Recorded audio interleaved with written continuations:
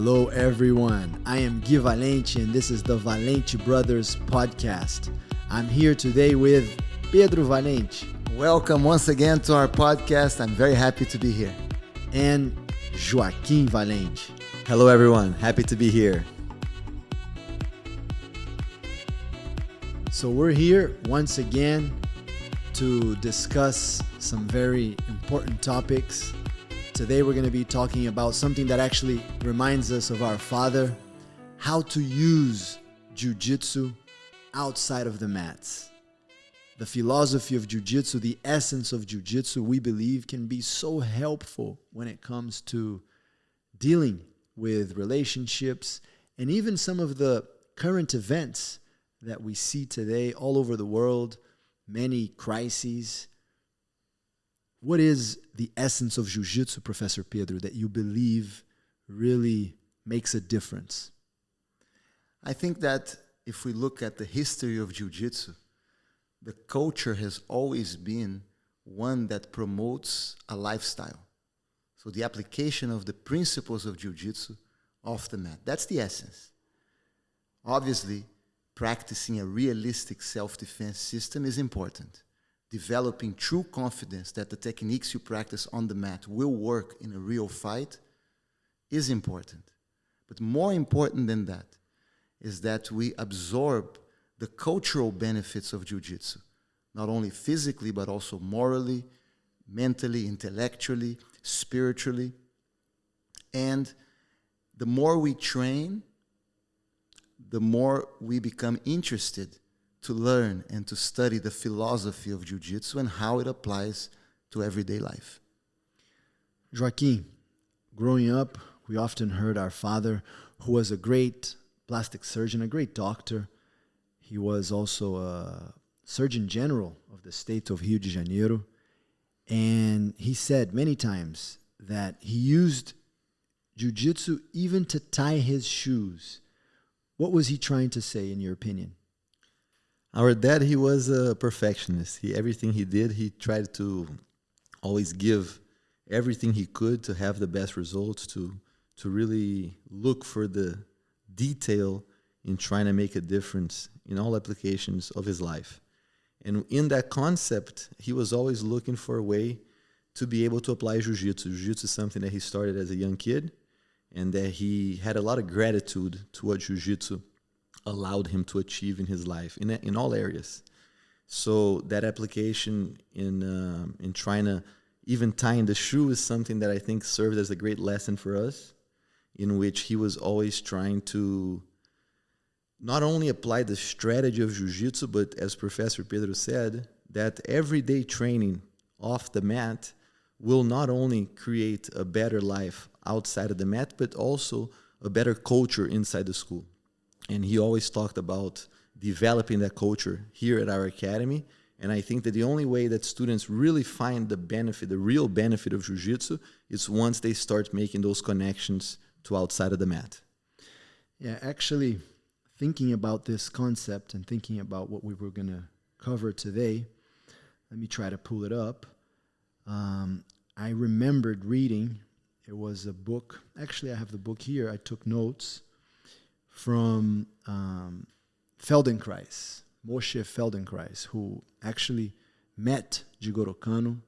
He started training at the time, Jiu-Jitsu, Judo, both the same, back in the early 1900s. I think he began training in Lithuania, and he traveled around Europe. Eventually, he moved to Israel, and he even developed himself in other areas. I think he was a chemist, but he developed himself in other movement areas, and he became a coach. I know that you have studied a little bit about him as well. But he, writing a book, he invited the great judo master, Gunji Koizumi, who actually is credited as one of the founders of the great judo school, maybe the most important judo school outside of Japan, the Budokai in London. And in this foreword of his book, Koizumi starts with the following words. The principle of judo, and you can also think of Jiu-Jitsu, is like the nature of water. Water flows to a balanced level. It has no shape of its own, but molds itself to the receptacle that contains it. Its surge is irresistible, and it permeates everything. It has existed and will exist as long as time and space. When heated to the state of steam, it is invisible, but has enough power to split the earth itself. When frozen, it crystallizes into a mighty rock. Its services are boundless and its uses endless. First, it is turbulent like the Niagara Falls, and then calm like a still pond, fearful like a torrent, and refreshing like a spring on a hot summer's day. So it's the principle of judo. Very interesting. How do you connect that to the ability of jiu-jitsu, judo? And for many years, it was always referenced as a technique in politics, verbal judo, verbal jiu-jitsu. How do you explain that connection? Jiu-jitsu can act in many different ways, just like water. He talks about water as a rock. And this is a few years before, I think, or many years before Bruce Lee said that. Yes. Right? Yes. I think this book, I have to check, I think it's from the 40s, maybe 50s. Correct. And water can be solid, as strong as a rock. It can be liquid. And when you think about water in its liquid state, you think about flow, which is a key component in jiu-jitsu. And then it can also be in a gas state and be invisible. So jiu-jitsu also has many facets, many ways that you can use it. And if it's frozen, it's like a rock. Correct. And so I think the water example is extremely valuable. And it's the only way to overcome someone who is bigger and stronger than you. But don't you see the connection of yielding, which is the essence, the definition of Ju, of course, to water? And we have discussed this many times, and even in class, sometimes students ask us, well, sometimes in confrontation, you can't just yield. You can't just allow somebody to run you over. And that's exactly the different states of water. I think that yielding is really the expression of jiu-jitsu. It's the expression even of the scientific explanation of how jiu-jitsu works, the Ju component of the word. You have to, in order for you to fight force, greater force, you need to understand how to use that force to your advantage.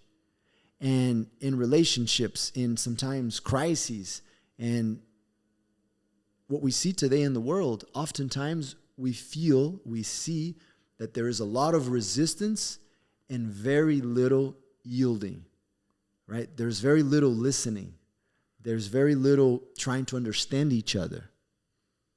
Correct. First, in order for you to be able to apply the concept of yielding, you must develop confidence. Because if you're insecure, you're always going to want to resist. Resistance, in many ways, is a sign of insecurity. Let me read Jigoro Kano's words. You mentioned Jigoro Kano, the founder of Judo, one of the greatest grandmasters of Jiu-Jitsu in history. He said, "A main feature of the art is the application of the principles of non-resistance and taking advantage of the opponent's loss of equilibrium. Hence the name Jiu-Jitsu, which means soft or gentle art." So he calls it non-resistance. And when we think of this concept, we don't only think about fighting. In fact, if you look at literature in the 1950s, the 1960s, the 1970s, especially the 70s and the 80s, most of the mentions of the word jiu-jitsu are in reference to political sciences and not to martial arts. There's a famous expression, political jiu-jitsu. You can find it in any basic political science book, textbook. And what is political jiu-jitsu? Learning to use the energy of your opponent to your advantage. So I think of the civil rights movement in the 1960s, where Martin Luther King used a non-violent, non-resistance approach. And what did that do? It showcased to the entire country the horrible abuses that some were performing in the south of the United States. It was evident. As they didn't fight back, you could see how angry and how evil the other side was. And that changed the hearts and minds of most Americans. So the fact that he didn't resist, that he yielded to that attack, allowed him to overcome and to prevail. And then the Civil Rights Act was passed, and they were able to pass legislation and advance tremendously in the cause against racism and against segregation and discrimination in this country. But was he... Go ahead. Go ahead. Was he really not fighting back?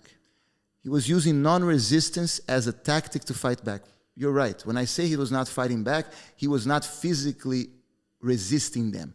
For example, they would go to a restaurant where segregation was the norm. So blacks were not allowed to sit down with whites. So a black person would go and sit down. But they wouldn't fight, they wouldn't be violent. They would just say, I'm going to stay here. And they would be arrested. But that could be seen as fighting back. Fighting back. That's fighting back, right? Yes. And I think that's important for us to touch on, because a lot of times when we have these discussions in class with students, they perceive yielding as Not losing, fighting back. as you're going to lose. It's losing. Right? And I think that two things that are very important that you touched on. The first one is, for you to be able to do this, you have to have the confidence and the ability to fight. And I think that's why the connection of yielding to Jiu-Jitsu is so important. Because through Jiu-Jitsu, you learn lethal moves. You learn how to choke, you learn how to fight, you learn how to strike, you learn how to throw someone down, you learn how to fight on the ground, you learn tactical nowadays here at Valente Brothers. But the lesson is that if we always have a chance to be able to use our opponent's force, to be able to be efficient, and to be able to capitalize on top of what he's doing, we are always going to be more efficient. And that's I think the key word that yielding allows you to become. Anytime that you yield, you're becoming more efficient. Yes, I think the point you're trying to make is that yielding doesn't mean that you're being passive, right? The objective is still to prevail. You're not giving in. You're not allowing for your opponent to beat you or to overcome you and just accepting that. Your objective is to prevail. Yeah. But the question is how? And there are two ways. One is resisting, is using force against force. And Jiu-Jitsu, in most cases, advocates, the essence of Jiu-Jitsu is not to use force against force, not to forcibly resist, but to allow, many times, for the opponent to attack and then use that attack In your advantage. to your advantage. And even sometimes being passive, because I don't think passive negative. No, passive, I think, denotes not fighting back. Yeah, I think what Joaquim is trying to say, and yes, if you're only passive, you're not going to do anything about it. Could be interpreted that way. But I think that sometimes the reward when you yield takes longer. It's not immediate. We think of yielding. Somebody pushes you and you grab their arm and you break it in a self-defense situation. But in life, in certain circumstances, you yield and you wait. In military, correct me if I'm wrong, Joaquim, oftentimes when a force is taken over by a stronger military force, they actually yield, they go underground. Retreat. They retreat or they yield, to keep it connected to the word that we were discussing, and they go underground and they continue fighting. The invading force could even believe that they prevailed. But then the countermeasures start. So I think sometimes you just have to be patient, and that's the question we get from our students, as you refer to. You know, how do I deal with somebody who's using strength? How do I deal with somebody who's actually being so violent in sparring?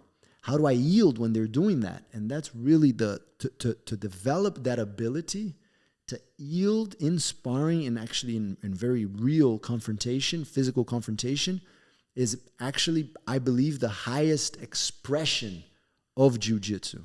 Because it's easy to yield when you're flowing. So for those of you that don't practice jiu-jitsu, when both are just using technique and using very little force, and then you can yield to each other's movements. But when both are actually using energy and using strength, and you have somebody who's actually a lot stronger than you are, it becomes a challenge. You need to really have confidence. You have to really understand the technique. Emotional control. Which develops patience. And I think that's why those three things are so connected, right? Yes. Confidence, emotional control, and patience. Because only with those three, you're really going to be able to see the advantages of being able to yield and actually apply that in real life. Yes, because when we think about jiu-jitsu, even though jiu-jitsu is used by the toughest forces, military forces in the world, and also people who are physically strong can benefit from jiu-jitsu tremendously. When we think about jiu-jitsu, we think about David versus Goliath. We think about David. How can David overcome Goliath? How can a small person overcome a giant? That's the essence of jiu-jitsu. And so when we think about society, we think about bullies, right? We think about tyrants, we think about persecutors. And then we think about the victim. We think about those who are suffering and taken advantage of at the hands of bullies and those who commit this type of cowardice. So our question is, how do we protect the victims of society? How can jiu-jitsu help those who are constantly victimized, those who feel weaker? And not just physically, right? No, I'm talking especially morally and in many different ways. People who are discriminated, people who are taken advantage of, who are not given opportunities in society as they should. How do we help these people? And how, I think that's a very interesting discussion. Yeah, when you say that, it actually reminds me of something that our teacher, Grandmaster Hélio, talked a lot about, and he taught us this principle. It's a principle of self-reliance. Is it possible to confront or to find a long-lasting solution to a bully? And we're talking about bullies of life, even in the adult world, in the real world. Of course, we understand how traumatic and how dangerous it can be for the youth, but it doesn't end. Unfortunately, the bullies are everywhere. And is it possible to deal with these bullies, sometimes in groups, in organizations? Is it possible to deal with them without developing your ability to deal, to confront them? Can you rely only on someone else? Sometimes you need help, of course. But what is our responsibility? I think that even to yield, even to do nothing, to be non-resistant, you must have confidence, and confidence comes from preparation. I think to yield, you need more. Even more. Exactly. So I like to say, hope for the best, but prepare for everything. Prepare for everything. So preparation is the first step. We must give the victims, we must give those who are weakest. If we want to use the strategy of jiu-jitsu to help them, we must empower them with physical and mental confidence because they are connected. That's the first step. And without that, I don't think anything else is possible. No, I agree. And when you say that to yield, you need even more confidence, I agree. Something we learned from our grandfather, Dr. Joaquim Valente. He often said, and our father repeated that often, silence is golden, right? Silence is a great weapon to yield. in a heated debate, sometimes even in family situations, listen instead of being so fast. You know why? To talk back. You know why? Because the bullies. And I'm actually trying to learn from what I just said. And let me give it some context, because I think it's very important. Bullies are plain wrong in their actions. So if you let them speak, when people listen to them, they will see through them. So sometimes when someone is wrong, when someone is bad, when someone is evil, when someone is doing something negative, it's wise to let them speak. And not just bullies. Like I said, sometimes even in close relationships. I think what you said is unbelievably important, and it works so much. If you allow the person who is making mistakes, who's out of control, who's imbalanced, to speak, to talk, they might, it doesn't happen all the time sometimes, and that's why we have to know jiu-jitsu also on the mat. But sometimes themselves, they might realize the mistake that they're making. Yes. Right? I think one of the issues that nowadays, many times people will listen to immediately give you an answer back. And that's, I think, what you were talking about. It's easier to talk back. Exactly. It's easier. And when you're to be able to have the patience to just allow the person to speak and really create an effort and to try to comprehend, understand that person, where they're coming from. Many times, like we all have, there's traumas, there's issues in the past that is causing that person to do this. And if you're going to give yourself the time to be able to be with that person, maybe you can be of great help to that person. But the only way that you're going to be able to help and to be able to comprehend is if you listen with the intention of understanding and not trying to give an answer back immediately just to fight back, which is not yielding to what they're saying. Yeah, that point is extremely important.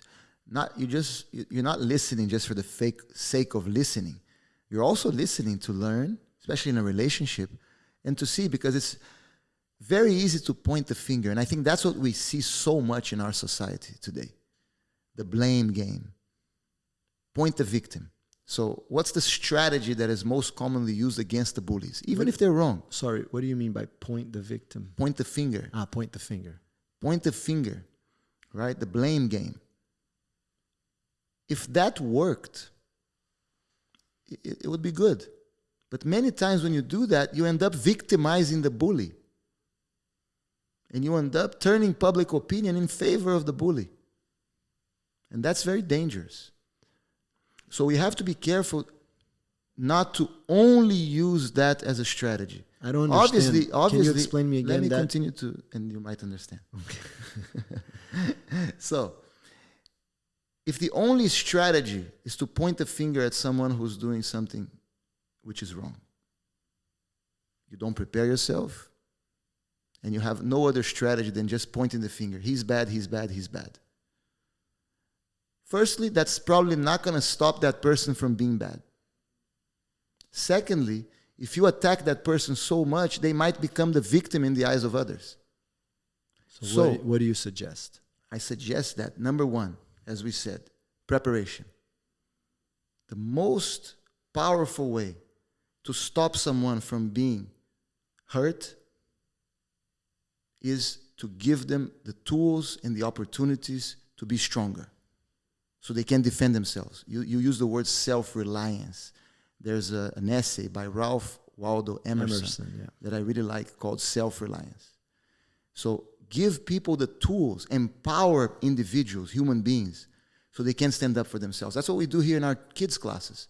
When a child is being bullied, sometimes parents, their strategy is to go to the teacher and to blame the bully, complain about the bully, tell the bully to stop. That's great. Okay, that's the point that I wanted to make, because what I understood from what you said is you should not even acknowledge or, hey, somebody's doing something wrong, we need to point the finger and say that's wrong. That's why I said only doing that doesn't Correct. work. And I was clear on that. Yeah. Only doing that doesn't work. Sure, we have to do that as well. It's just that's important. If you see something wrong, I think you have to make sure that you... Yes, but it's not the best way. I'm not saying that you shouldn't do it, but it's not the optimal way to fix the problem.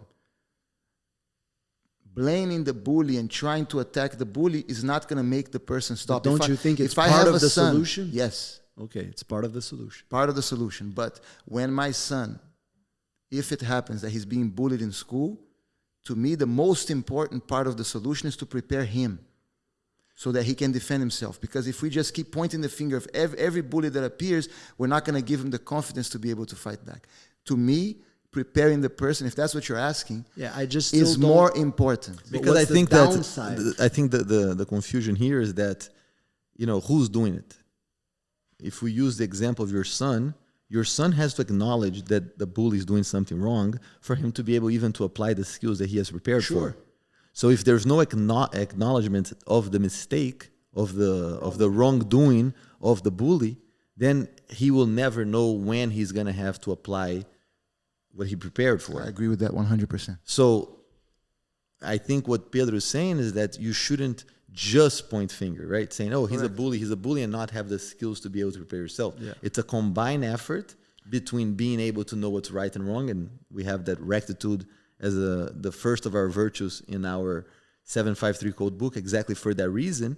But then you need everything else, and that's why courage and all the other virtues are necessary in your ability to be able to fight against what's wrong. And just to complement this, I use the word complain. You have a problem. Complaining about the problem is not going to solve it. Yeah, I think that makes sense. Complaining about the problem is not going to solve it. But identifying the problem is part of the solution. But I totally agree with that.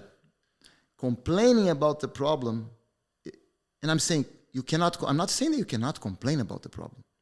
I'm just saying that that's not the best way to solve the problem. I want to solve the problem. That's what I want. I want a solution.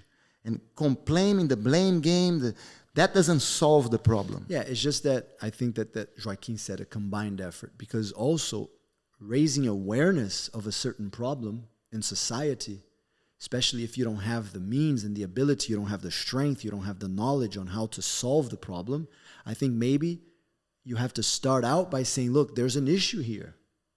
Yes. And I think media can help. Correct. But the problem that the reason why I'm saying this is because I feel that in our society, all that is done is point the finger. Obviously, I'm generalizing. There are great efforts around the world to prepare people and to give people tools. But what we see the most is complaining and the blame game and people fighting each other and no one actually trying to win the hearts and minds of people and create bridges, create unity. And I think that Jiu-Jitsu is about that. Yielding many times create that. In a conversation, if we keep arguing and bickering with each other, no, I'm right, no, you're right, right. Nobody reaches a solution. You're not winning the heart and the mind of that person that you're talking to.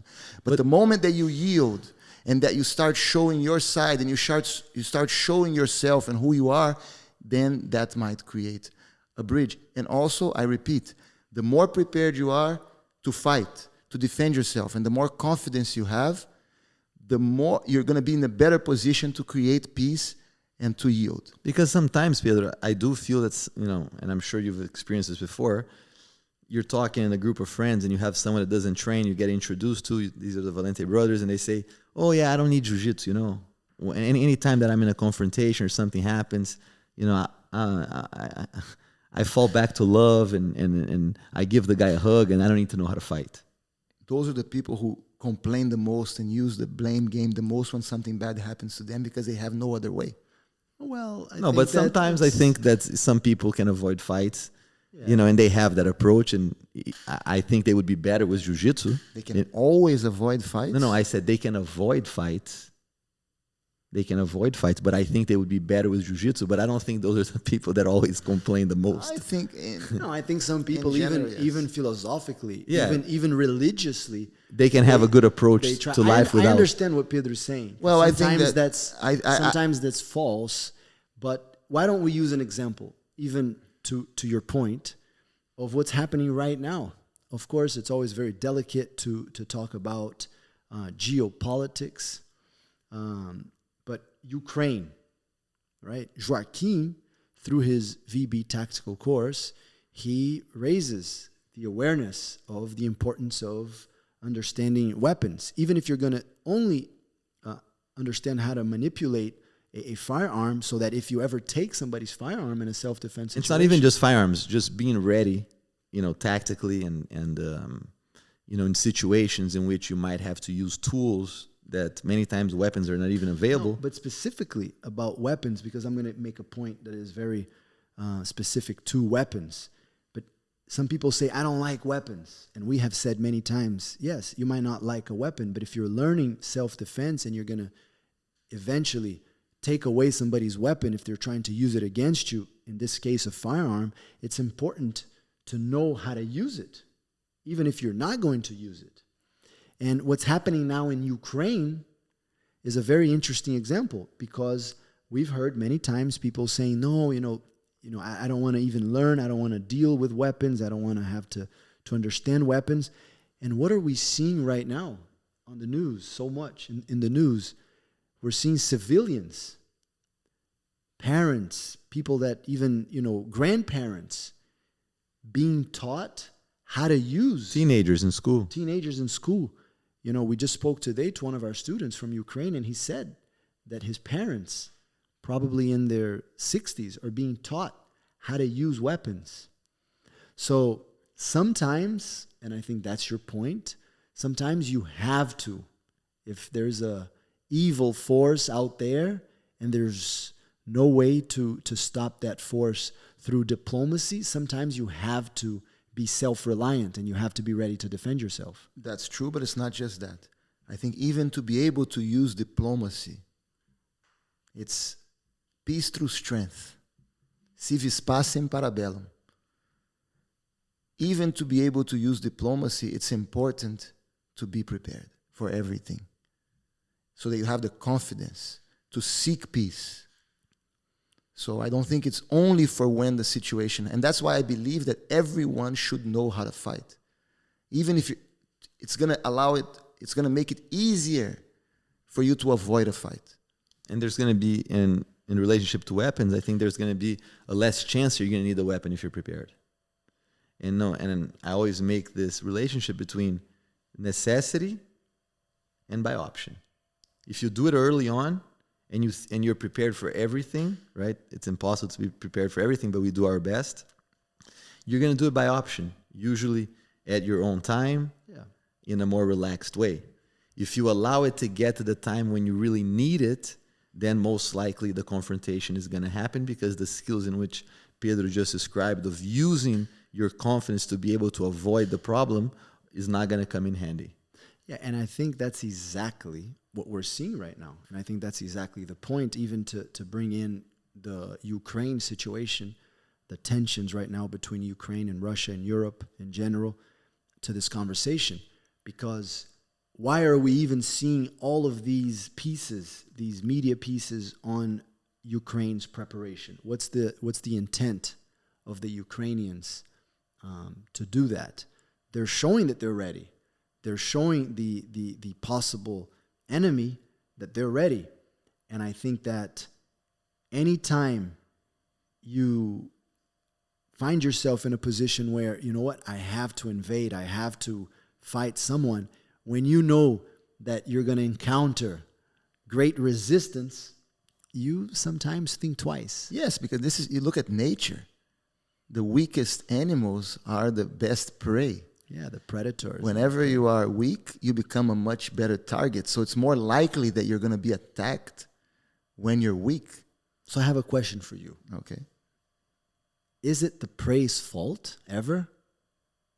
You talked about victimization. And, the prey, the gazelle, is just going for a stroll.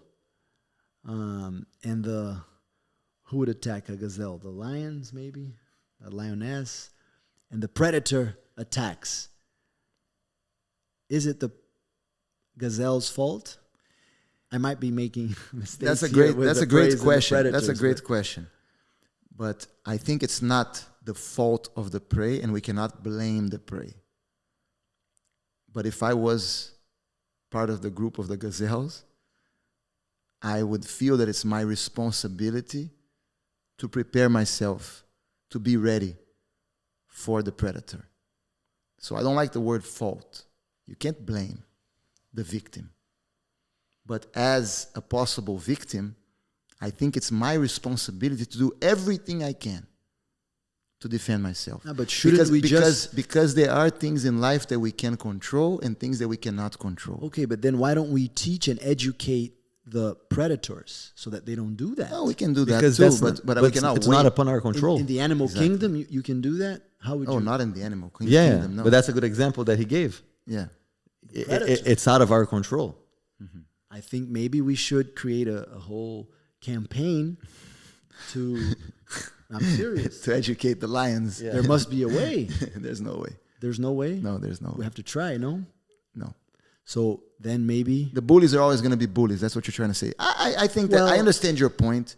I think that maybe not. we can help bullies, but we cannot wait for that. We cannot wait. And that's now you go to the essence of what I was saying with the blame game. That's exactly what I was trying to say. And I understand how you could misunderstand that. But now you explained it well. I'm only asking questions. Great questions. But the point is that you cannot control what the predator is going to do, what the bully is going to do, what the tyrant is going to do. And just pointing the finger and saying, you're bad, you're bad, you're bad, is usually not going to make that person stop being a bully. It's not going to work. That's what I said right when I started. If it worked, great. I would applaud that effort. But it just doesn't work.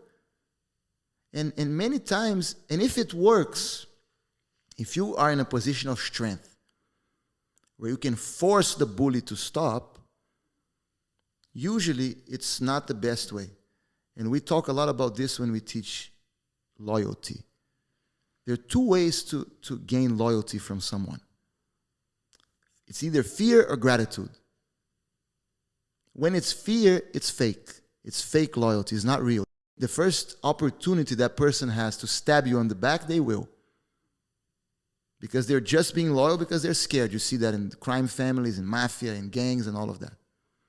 In Crime organizations. in families And in too, families relationships. too. Relationships. The only true loyalty is that one that comes out of gratitude. So to coerce the bully into not being a bully, as I said, is not a great long-term solution. What about punching the bully in the face? Sometimes that's necessary. Sometimes that's necessary. But that's preparation, that's defending yourself. That in order to punch the bully in the face, and number one, make sure that that punch is going to work. And number two, if the punch doesn't knock the bully out, being able to take the heat that's going to come back in your direction, you must be prepared. If not, punching in the face might not be a good solution. You need to be prepared to fight. It's not just punch him in the face. Punch how? Do you know how to throw a punch? Do you know how to defend yourself after the punch? So that's why it's not just telling someone, punch him in the face. As I said, preparation. But sometimes when you talk about preparation, people think that you're gonna become paranoid, right? You're gonna prepare for everything. It's the opposite. Yes, that's my say. Hope for the best, prepare for everything. Now, I think it's the opposite of paranoia. People say this all the time, and they might think that. But the only way to develop something that I feel is essential in life, which is a state of relaxed awareness, is through preparation. Because the relaxation that comes from not thinking about a problem is fake. You're not really relaxed. You're stressed. Unconsciously, you're stressed.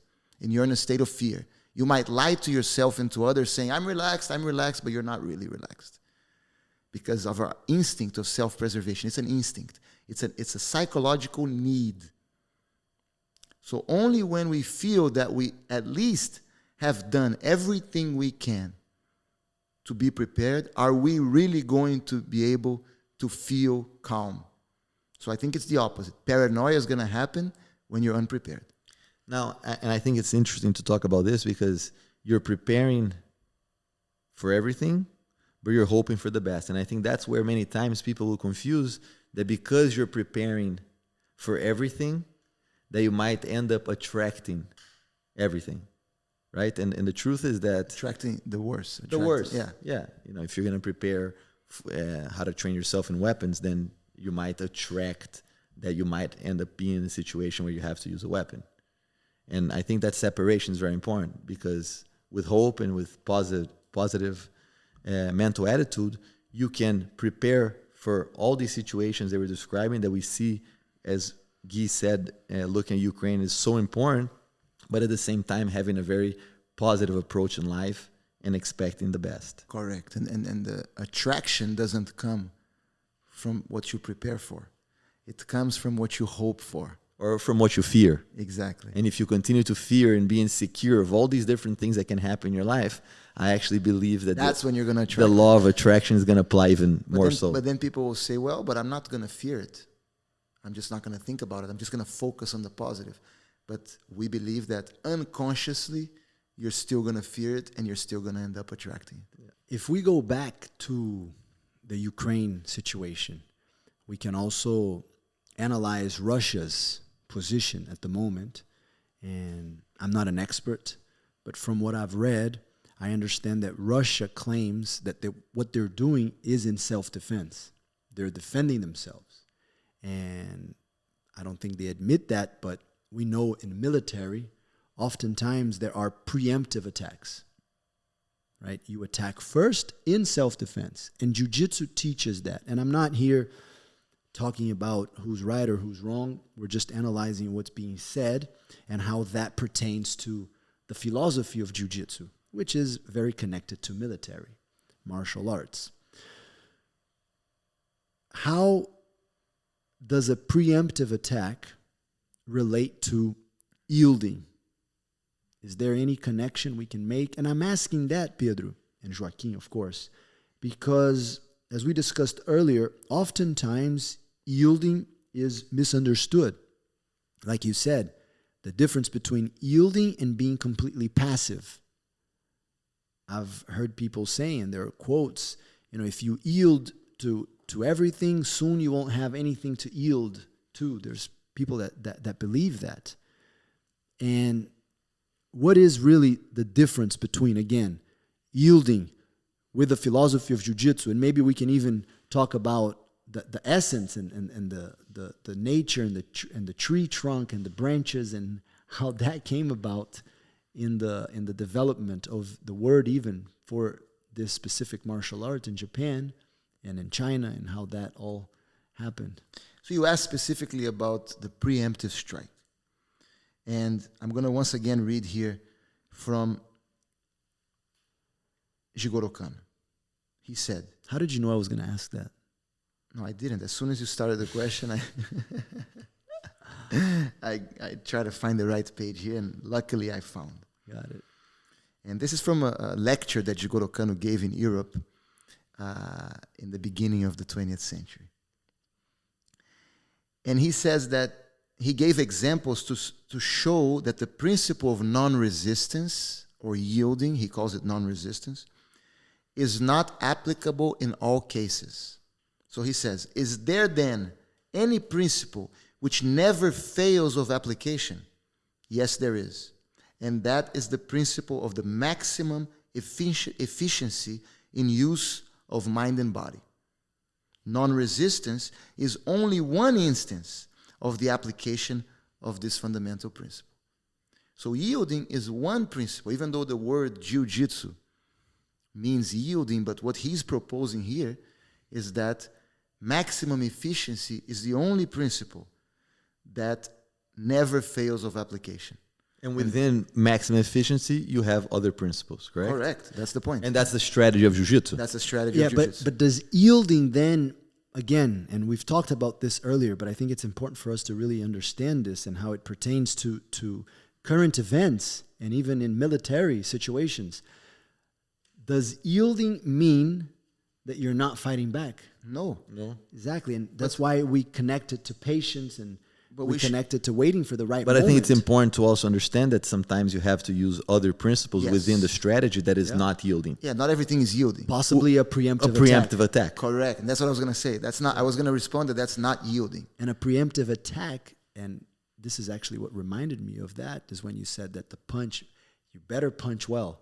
And we know that a punch, sometimes you might do a great job and you might still not knock out your opponent, your attacker, your enemy, your possible attacker, and he's going to punch you back. And that's why jiu-jitsu teaches you a complete system of self-defense, where you might have to grapple, you might have to be ready for throwing situations and for ground grappling situations and for striking situations where weapons might be involved, and we give ourselves the best possible chance to deal with all these different scenarios. And then the point is, but just to complete my idea, but if you choose to attack preemptively, that attack has to be decisive. that's the point. But does the principle of maximum efficiency apply to a preemptive strike? Yes. Yes. Not yielding, but maximum efficiency. Because you need to throw that strike precisely. You need to find the optimal way to throw the strike. Timing is very important. You know what? Yielding can still apply. Because if it's a discussion, if there's an argument, or if there is an intimidation, You're right. right? In an intimidation I situation. was ready to disagree, but now I get it. Yeah, and even using in jiu-jitsu, I think it's something even connected with the roots of, jiu-jitsu in Japan, the art of deception. So you yield, your opponent or the attacker thinks that now he's in total control. We teach that. In women's self-defense, that's a Extremely important. extremely important art to master. Before the preemptive strike, we always act weak. I'm sorry, please, don't hurt me. So the person... Don't give it away, Pedro. So it's interesting how, all these concepts they're talking about, and I was actually looking at some notes of talking to a student the other day about the book Art of War, which we always make reference to, and the concept of the strategy. Sorry. Is teaching jiu-jitsu online part of Art of War? You're giving just a joke. So within the idea of Art of War, we talk a lot about a concept, and with our great friends in the military, this is something that we learn so much about because it's one of the most valuable assets within a military organization and even an operator, which is the art of adaptability. For you to be able to change... Water.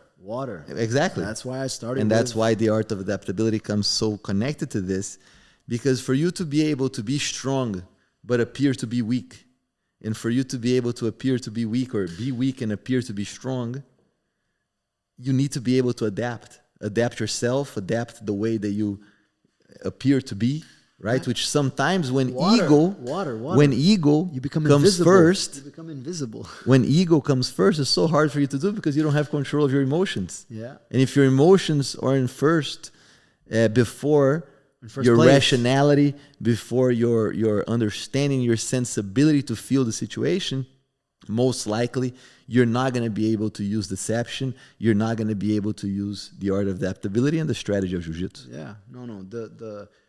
I think that when you compare it to water, and I'm sure Bruce Lee, who was a student of the martial arts, was Bruce Lee a philosopher, Pedro?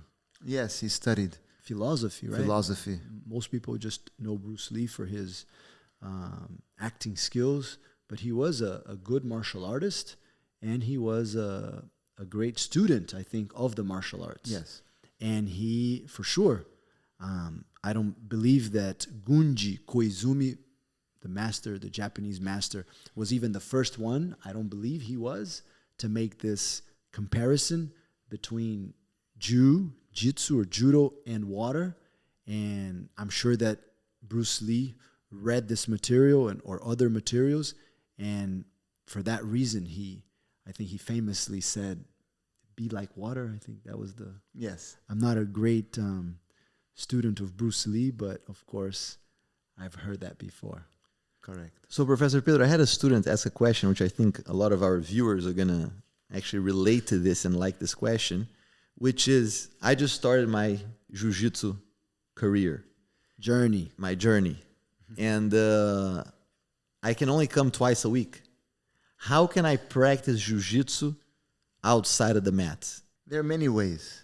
When we first start training, I think visualization is a great tool. visualizing the techniques. I had a great conversation yesterday with 2 black belts about this specific subject and about the pedagogy of jiu-jitsu. The fact that we mostly, as teachers, aim to make an impression upon the unconscious mind more than the conscious mind.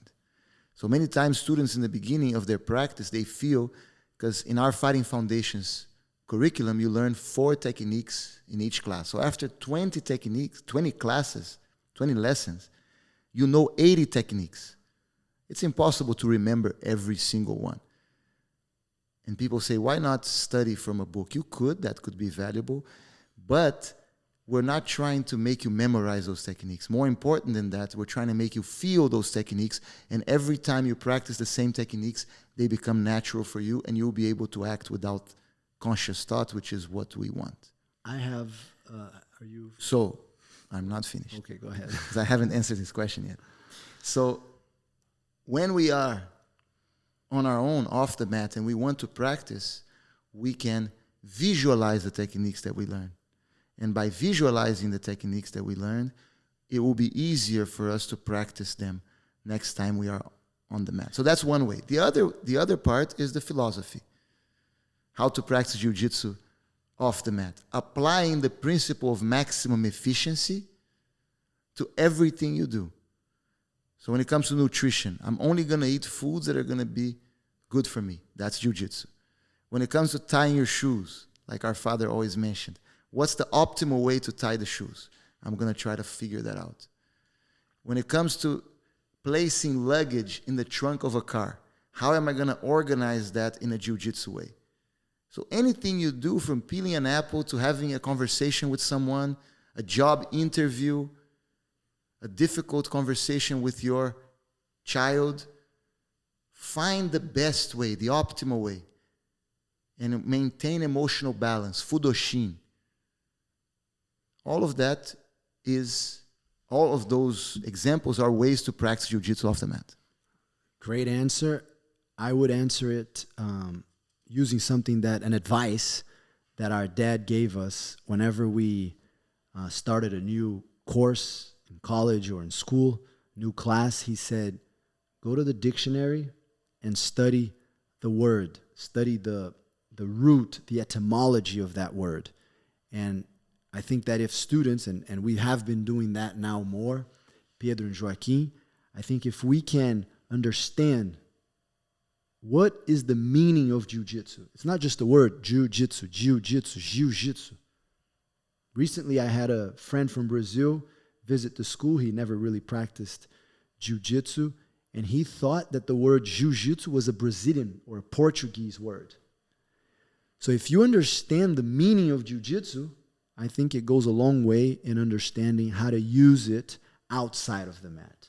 And I think that this podcast would be a great way to maybe initiate your journey in our school and, of course, training jiu-jitsu in other places as well.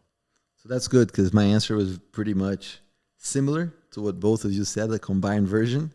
And the only thing that I added, which I think for all of our viewers, it's a great exercise that you can do. I told them, take all the 7, the 5, and the 3. You can find in our Instagram page and our social media. We post the 753 code there, or even better, buy the book so that you can read and really understand the 753. And in your notes, on your phone or in paper, write each one of them, and then put the date, and then grade yourself, evaluate yourself on each one of the 7, the 5, and the 3. If you want to ask someone to also do, someone that knows you very well, to see how they see you, it's also, I think, a great exercise. And then you can take notes between that time and 3 or 4 months later until you do that again on things that happened where you felt that you had to apply rectitude, courage, benevolence, honesty, honor, loyalty, right? And you will see how you're going to start to be much more conscious of the virtues, of the pillars of health, of the states of mind. And as time goes by, hopefully, you're going to be able to improve and find that you're having an evolution within the philosophy of jiu-jitsu. Yes, and I usually advise people to use a pencil so that then they can erase the score, because it always changes, and hopefully changing for the better. Sometimes it goes down as well. I usually advise students to take the 2 or 3 that they are the lowest scores and make an effort in the next few weeks to work on them, and hopefully come back in a few weeks, a month later, and change that score for the better. So final thoughts, Joaquim. I think this is a great, philosophy talk. And many times when I have this conversation with students, they say, especially close friends of mine, they're like, oh yeah, but you, and I'm like, look, by me talking about this, I'm helping myself many times more than I'm helping you. So in no way ever think that by us saying these things, we're perfect. And I can tell you that I could list a long list of situations in which I feel that I have to apply the philosophy of Jiu-Jitsu with more efficiency, using the idea of yielding better. And we're all in this together with the idea of improvement. And I think that's where I would like to close in saying that improvement is not a short race, it's a marathon. And if we can look in 6-7 months and we can see a small little improvement, that means that we're in the right path. So thank you very much. I would like to close with a quote by one of the greatest philosophers of our time, Spider-Man. With great power comes great responsibility. So as we learn Jiu-Jitsu and we feel the great benefits of Jiu-Jitsu in our lives, we must be compassionate. We must think of others. And that's what this podcast in great part has been about. What are the best strategies for those who are weakest in our society, for those who are victims of bullying, for those who are suffering, for those who are taken advantage of? What are the best strategies for these people to be able to prevail and to feel good about themselves and to be happy and to overcome these acts of bullying, these cowardly acts? Be it children, be it adults, women, men, anyone. We want to help those through Jiu-Jitsu. We want to help those who need it the most. We can help anyone, but we want to really focus on those who need it the most. Thank you very much for watching. No, thank you so much for all, again, your support. I think that apologizing, right, a sincere apology is such a powerful weapon, and it takes so much strength to be able to do. I think that's something that we should always think about, and that's also yielding. And a great example of yielding, I was going to say that. So once again, don't forget to comment. I think this is a great topic for discussions. It really helps us to read your comments. Like our page, turn on the notification bell, and spread the word. And we hope to see you soon here at Valente Brothers. Thank you so much.